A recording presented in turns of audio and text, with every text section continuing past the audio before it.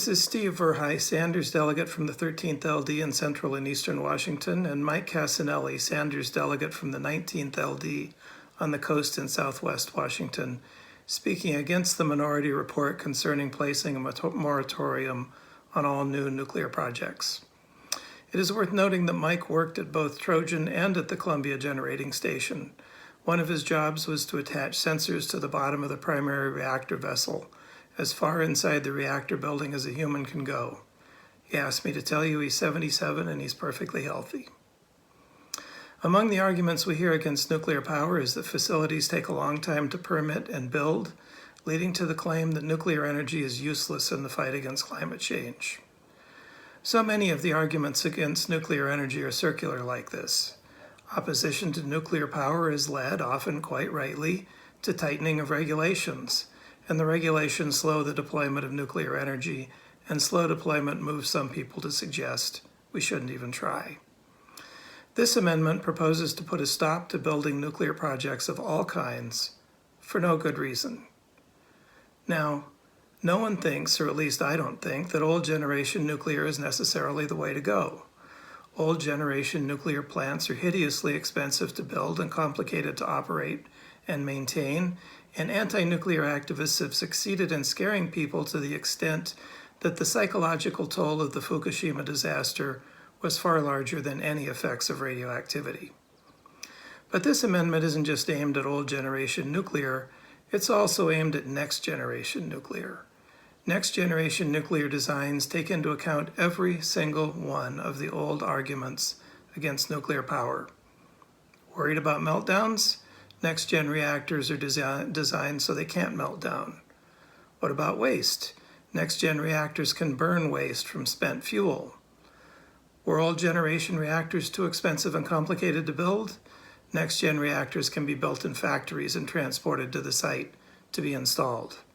The list goes on. Back before climate change became a crisis, opposition to nuclear energy was good, clean fun.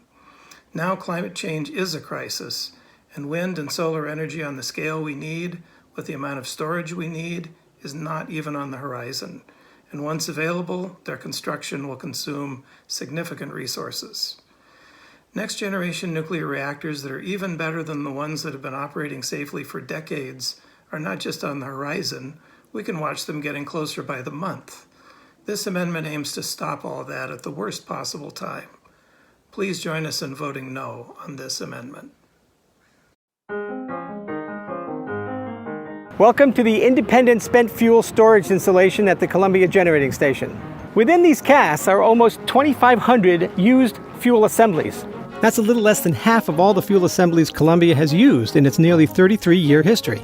Another 1,900 assemblies are stored in Columbia's spent fuel pool, and then there are 764 in the reactor core itself, producing electricity right now. In those 33 years, Columbia has produced 230 billion kilowatt hours of electricity from this fuel, all of it carbon-free. What you should know is that nuclear has the smallest waste stream of any energy source. That's because there's 1 million times more energy in a pound of uranium than in a pound of coal. Energy density. Which is why over 60 years of commercial nuclear power in America has only generated 70,000 tons of used nuclear fuel. That might sound like a lot, but our coal plants generate that much toxic waste every hour.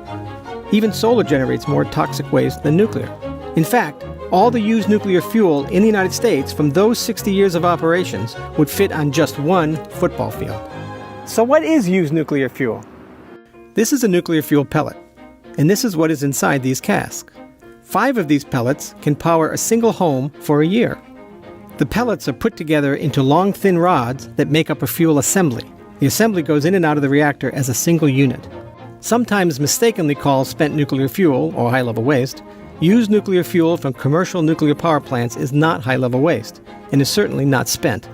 Used fuel from a commercial nuclear power plant is only partially used. Just 5% of the energy in the fuel has been used.